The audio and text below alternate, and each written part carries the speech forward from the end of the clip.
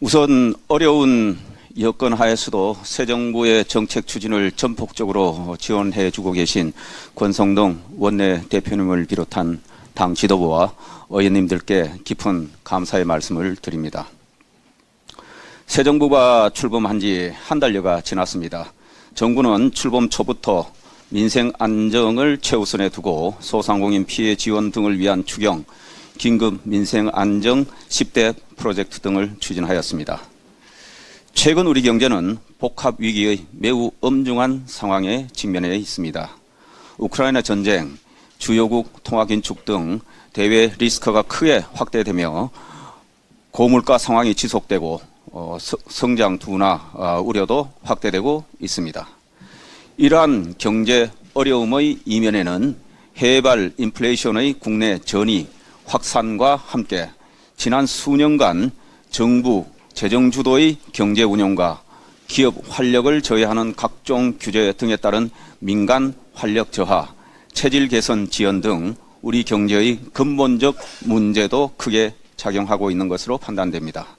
정부는 당면 위기 돌파 및 저성장 극복을 위해 경제 운영 기조를 과감히 전환하고자 4가지의 역점을 둔 새 정부 경제 정책 방향을 마련하였습니다. 첫째, 경제 운영 중심 축을 정부에서 민간, 기업, 시장으로 전환하고, 둘째, 공공, 노동, 교육, 금융, 서비스 등 5대 부문 구조 개혁을 추진하며, 셋째, 과학기술, 산업혁신, 인구 위기 대응 등 미래 구조 전환에 대비하는 동시에, 넷째, 취약계층에 대한 사회 안전망 강화, 생산적 맞춤 복지 제공에도 힘쓰겠습니다.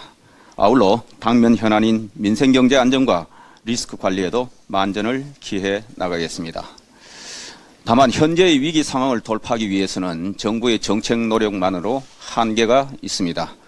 앞서 말씀드렸듯이 최근 어려움은 해발 요인과 누적된 근본적 문제가 중첩되어 나타나 1, 2개월 내에 쉽게 호전될 상황이 아니며 상당 기간 고물가 속에 경기 둔화 양상이 지속될 전망입니다. 특히 그동안 급격히 늘어난 국가 채무, 가계부채 등으로 정부의 위기 대응 여력마저 크게 소진된 상황입니다.